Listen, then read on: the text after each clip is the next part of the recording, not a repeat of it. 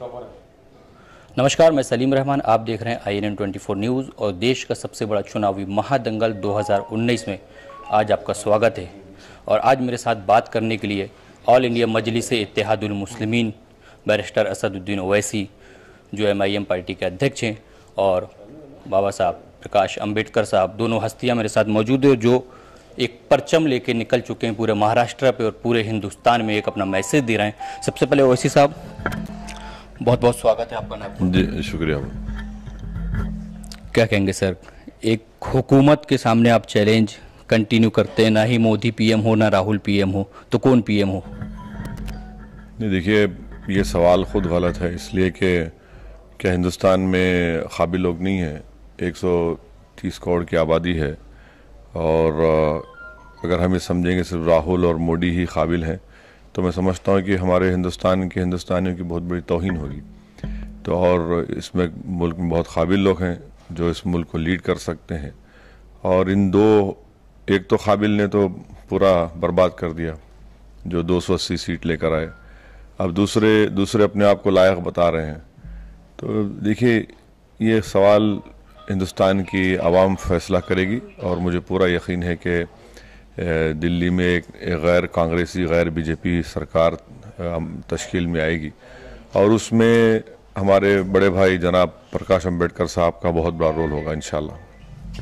क्या लगता है पूरे महाराष्ट्र पे 2014 पे तेलंगाना से निकल के महाराष्ट्र में कब्जा करते करते अब सीधे पूरे हिंदुस्तान में लोकसभा सीट उतार रहे हैं? नहीं, कहाँ हिंदुस्तान में, कहाँ, हम तो सिर्फ हिंदुस्तान के एक अलग हिस्सों पे तो आप हैं। हाँ, नहीं, देखिए, महाराष्ट्र में हम वंचित बहुजन आघाड़ी के साथ तायद कर रहे हैं, तो कहाँ पूरा मुल्क कहाँ है? पूरा मुल्क तो दूसरे लोगों के लड़ रहे हैं, हम तो सिर्फ महाराष्ट्र में लड़ रहे हैं।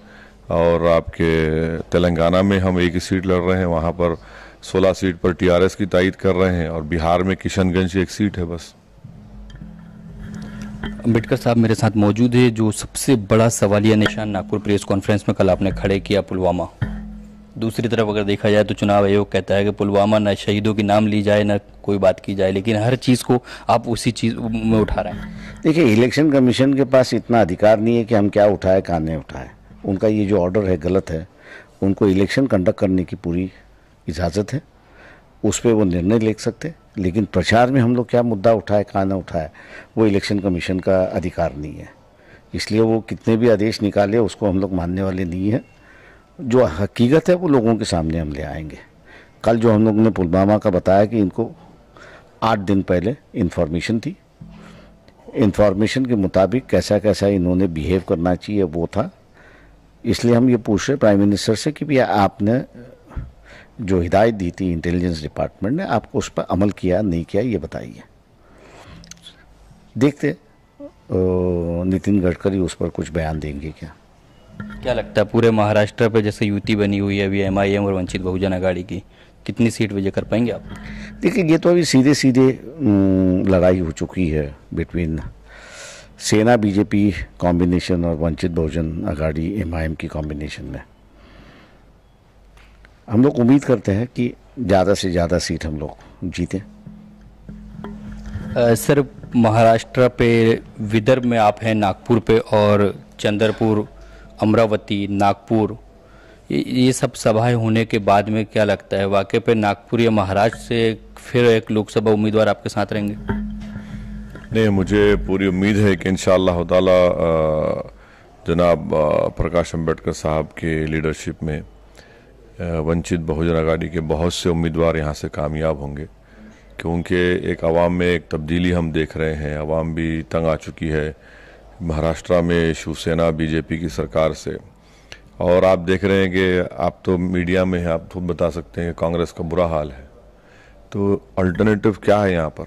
अल्टरनेटिव तो यही है, एक मजलूम आवाम का एक जगह जमा होना, और मैं समझता हूँ कि ये महाराष्ट्र के लिए बड़ी खुशाइन बात होगी और उन तमाम लोगों के लिए जो हर एतबार से जिनसे नाइंसाफ़ी हुई, तालीम में, नौकरी में, डिस्क्रिमिनेशन में, तो जब तक पॉलिटिकल वॉइस नहीं होगी और उनके इंडिपेंडेंट पॉलिटिकल MPs नहीं होंगे, और ये बात महाराष्ट्र के ये तमाम समाज के लोग समझ चुके हैं कि चाहे कांग्रेस हो या BJP हो, ये सिर्फ वोट लेना जानती है और उसके बाद ये लोग हमको भूल जाते हैं और फिर हमको पुलिस में, जेल में डाल दिया जाता है, हमारे कई जो डेवलपमेंट के एवेन्यूज़ है बंद कर दिए जाते हैं। तो इसलिए ये तमाम चीज़ें हैं और हमको पूरा यकीन है कि अच्छा नतीजा आएगा। सर, दोनों मिलकर दलित और मुस्लिमों की बात करते हैं, तो एक सवाल मेरे जहन पे काफ़ी दिनों से था कि ठीक है दलित मुस्लिम की आप बात करते हैं दोनों, तो फिर कश्मीर में कब जाके इलेक्शन लड़ेंगे? अब देखिए, महाराष्ट्र से शुरुआत हुई है और ये आप गलत कह रहे हैं, दलित मुस्लिम की बात नहीं करते। जनाब प्रकाश अंबेडकर साहब इसमें वो ओबीसी की बात करते हैं और हम जहाँ जहाँ हमारी सभाएं हुई, इतनी बड़ी तादाद में कोली समाज के लोग, हमारे धनगर समाज के लोग, ओबीसी समाज के बहुत से लोग हैं। तो इसको आप महदूद मत कर दीजिए। इसमें तमाम जितने जो कमज़ोर तबक़ात हैं, जिन पर इंसाफ नहीं हुआ और जो चाहते हैं कि उन्हें जस्टिस मिले, तो ये तमाम उसका एक ऑर्गेनाइजेशन जनाब प्रकाश अंबेडकर साहब ने बनाया है। अब जहाँ तक सवाल कश्मीर का है, कश्मीर को तो बर्बाद कर दिया पूरा नरेंद्र मोदी ने। आप वहाँ पर देखिए, सिर्फ पार्लियामेंट के इलेक्शन हो रहे हैं, असेंबली के नहीं हो रहे हैं। अजीब व गरीब बात है कि जब इलेक्शन कराएं तो असेंबली का क्यों नहीं कराते आप? तो इससे ये साफ जाहिर हो रहा है कि वहाँ कश्मीर की पॉलिसी इनकी फेल हो चुकी है और इसके जिम्मेदार राष्ट्र प्राइम मिनिस्टर और उनकी पार्टी है। आप आज उस गढ़ में हैं जिस गढ़ को हैदराबाद से लेकर पूरे हिंदुस्तान पे आप निशाना साधते हैं, इस गढ़ पे, और इस गढ़ से आज क्या मैसेज देंगे आरएसएस को? तेलंगाना में तो आप उनकी जड़ जमाने नहीं देते। नहीं, देखिए, जादू वो है जो जादूगर के सर पे चढ़ के बोले। तो इसीलिए हम यही बोलना चाह रहे हैं कि हिंदुस्तान एक बहुत बड़ा डाइवर्स कंट्री है और आरएसएस की जो सोच है वो हिंदुस्तान की डाइवर्सिटी को, हिंदुस्तान के प्लुरलिज्म को, हिंदुस्तान के कंपोजिट कल्चर के लोग, इनको एलर्जी है, इसके खिलाफ हैं। वो सिर्फ इस देश को संविधान के तहत नहीं, जिसको बाबा साहेब अम्बेडकर ने बनाया, बल्कि वो इसको एक नया किस्म का, जिसमें दलित को, माइनॉरिटीज़ को, वीकर सेक्शन को कोई राइट ना हो। तो हम उनको यही बोलना चाह रहे हैं कि आपका जो कोशिश है, आपने यकीनन 90 साल की मेहनत के बाद अपना एक प्राइम मिनिस्टर बना तो लिया, एक स्वयंसेवक को, मगर अब इस देश आपके इन तमाम हरकतों को बर्दाश्त करने तैयार नहीं है। कहीं ना कहीं दूसरी तरफ आप कहते हैं कि केसीआर का भी एक चेहरा है जो पीएम बन के दिखा सकते हैं। नहीं, मैंने ये कहा कि जब यही सवाल होता है कि भाई ये सवाल कि प्राइम मिनिस्टर कौन बनेगा, क्या राहुल बनेंगे या मोदी बनेंगे, तो मेरा बोलना ये कि भाई क्या हमारे हिंदुस्तान की माएँ काबिल लोगों को पैदा करना छोड़ दी क्या?